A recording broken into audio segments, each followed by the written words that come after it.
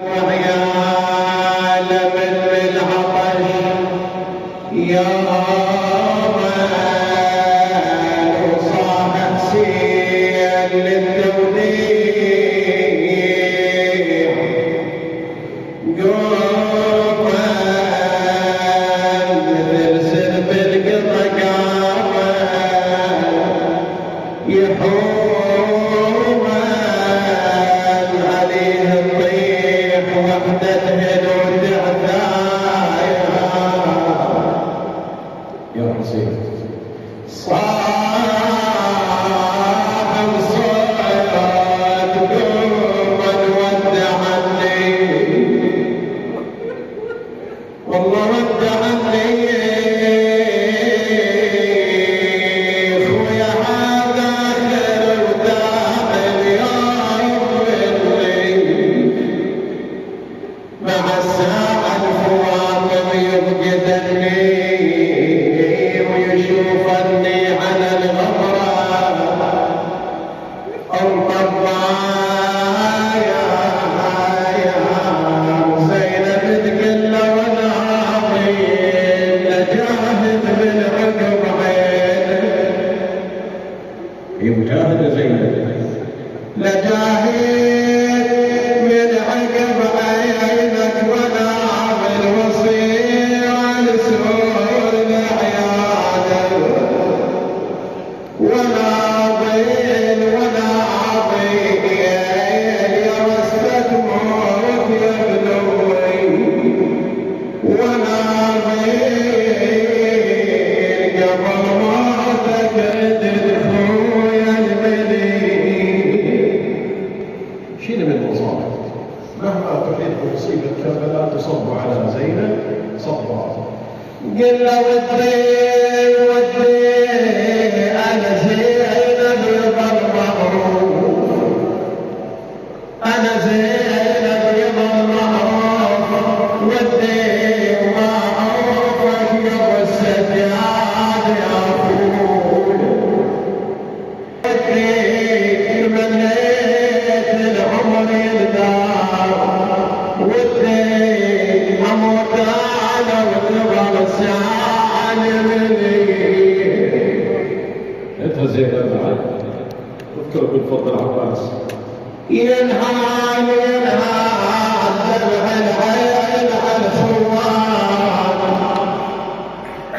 دمع العين على الخوان ينهال ولمتهم شبيرهم اكو احلى من لمة الخوان اكو الزينب دمع العين دمع العين على الخوان ينهال ولمتهم شبيرهم ينهال ينهال يا وصفه ضراب اللحيد علي من يا وصفه ضراب اللحد ينهال على الكاف الخدير سكنه ورمي على الكاف الخدير سكنه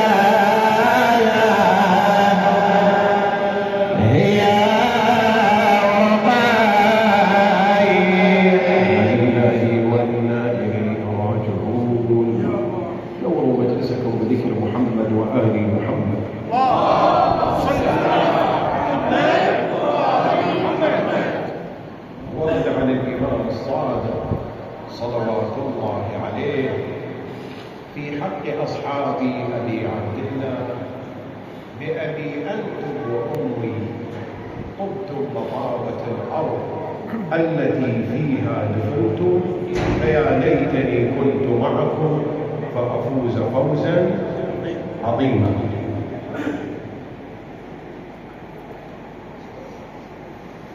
تاريخ خاص بخصوصية أصحاب الحسين صلوات الله عليه.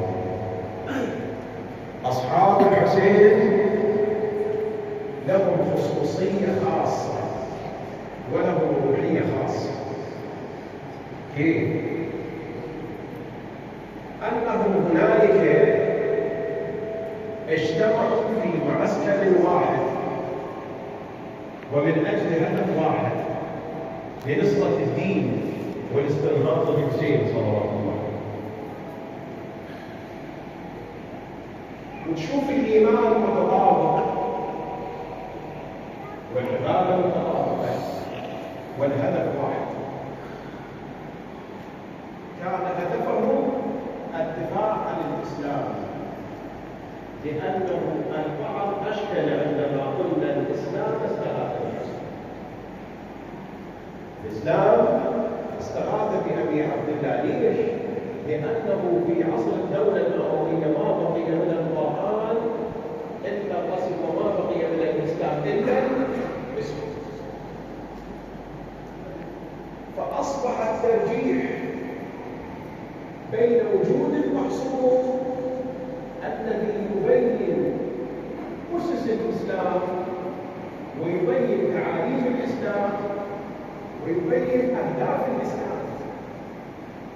إذا ترجع للتاريخ للدولة الحسينية أسباب وعلل ونتائج. لها أسباب ولها علل ولها نتائج. فالنتائج والعلل والأسباب كانت متوقفة على رأي الإمام الحسين صلوات الله عليه، وكانت متوقفة على حضور الحسين صلوات الله عليه وسلم. لأن الناس كانوا يحكمون لا عنده الحكم ولا عنده طريق ولا عنده قانون ولا عنده احترام، لا مبدأ ولا دين. فيقول أن الإسلام استنحر واشترى، غيروا جميع المواضع، غيروا التشريع وقوانينه، قتلوا النفس المحترمة، عاشوا في الأرض فسادا، والزمرة التي تأتي في الأرض فسادا لابد وأن يتصدى لها مصلح قائد مقصود. والمصلح الذي يتصدى لمثل هذه المعضلة وهذه المشكلة لابد وأن يكون مسدد بالحصن. أو فرضنا في الليالي الماضية نام بالمحصول أثناء غيره فقيه. الإمام الحسين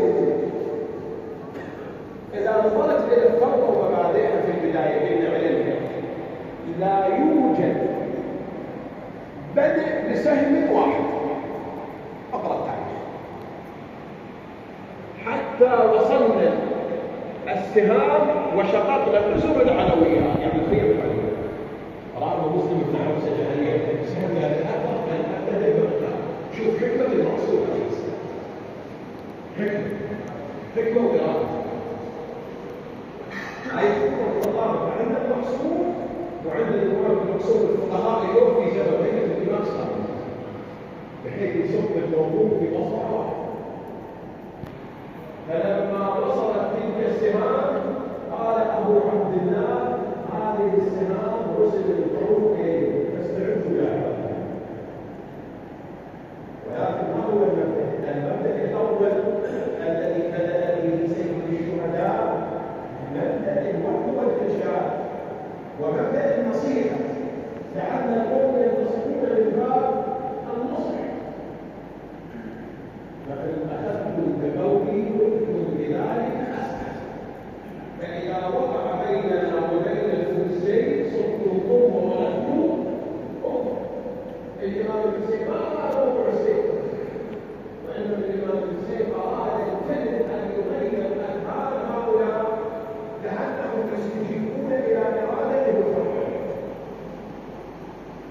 والتاريخ يقول لو أن الأمة بنت استجابت لسيد الشهداء بدون الجهاد والجهاد لجاء الفوج من عندها وأصبح من أصحابها الجهاد.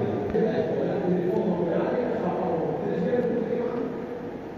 لأنه إحنا خرجنا هو الأجل الدماء، ما خرجنا من أجل الدماء ولا خرجنا من الطاقة، خرجنا نتحاور بعضنا بعض بعضنا بعض. وأنا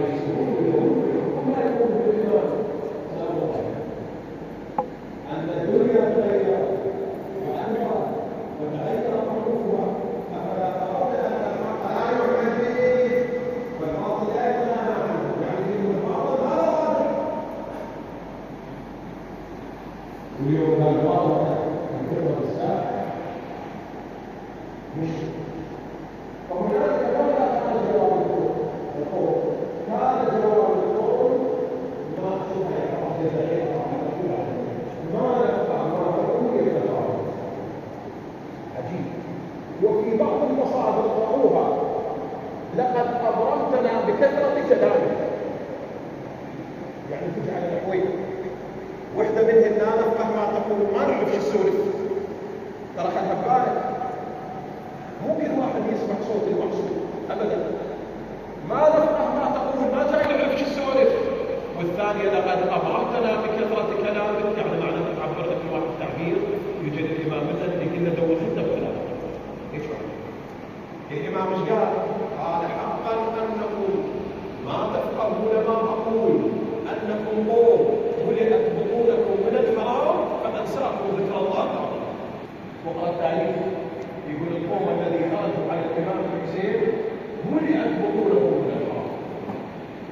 الخيل الأعوجية العشرة في تقريرات الشيخ عبد الزراء الكعبي رضوان الله تعالى عليه، يقول الخيل الأعوجية العشرة التي صارت وجاءت على صدر الحسين دققنا بأحسابهم وأنسابهم كلهم أبناء زنا، ما فيهم طالب الموت. ولا شنو هاي الناس اللي اجت تصدق لقتال الإمام الحسين؟ هاي ناس دعتها ذمة ودعتها ضمير، بس كلمة ما نفقه ما تقول سارية المفهوم. الإمام الحسن من قبل الإمام الحسين هم شاب تكلم الأصحاب لأنهم يذكرون ذلك الإمام الحسن ولو صفهم عن الله كلمة بسيارة قليل يقولها، لأنهم الإمام الحسن القوم ما الفرق بين الأمس واليوم؟ ما الفرق بين الأمس واليوم؟ بالأمس أدركتم بأبي علي بن أبي طالب، واليوم تغدرون بي. قالوا له يا ابن رسول الله عندما كان في وقت الصلاتين الظهرين، قالوا له يا ابن رسول الله ما نفقه ما تقول، ما نعرف جاي يقول، ما جاي يقول، ما نعرف. ولذلك لما أخذ الإمام الحسن يستدل الحديث معهم أنهم لما كانت أرواحهم فترة قليلة من الأصحاب هي التي في عصر الحسن بن علي ملئت بطونهم من الحرام عليهم، فما يفقهون ما يقول الإمام الحسن. علي بن أبي طالب دعا القوم لنصرة الدين، لنصرة الدين في معركة صفين، ووصلت الحالة بمن؟ وصلت الحالة لأتباع معاوية. جاءهم معاوية قال لهم علي ببغلة، علي ببغلة، شو تسوي بيها يا معاوية البغلة؟ شو تبيها؟ قال أفر عليها لقد وصلني جيش أكيد. قضية محسوبة جدا بالتدريج. في عصر الحسين ما نفقه ما تقول، وفي عصر الحسن ما نفقه ما تقول، وقال لا أمر لمن لا يطاع. وجاءت الدورة في عصر علي عليه السلام اللي معاوية علي بالبغلة أفر عليها وصلني جيش علي. وهنالك وضعت الحرب الأوزار، وكانت قوسين أو أدنى ينتصر الإسلام ويقتل معاوية ولم ينصر فلان وفلان وفلان ويجمون على ذلك الأمر. ولكن يوجد هنالك مؤامرة خفية قريبة من الإمام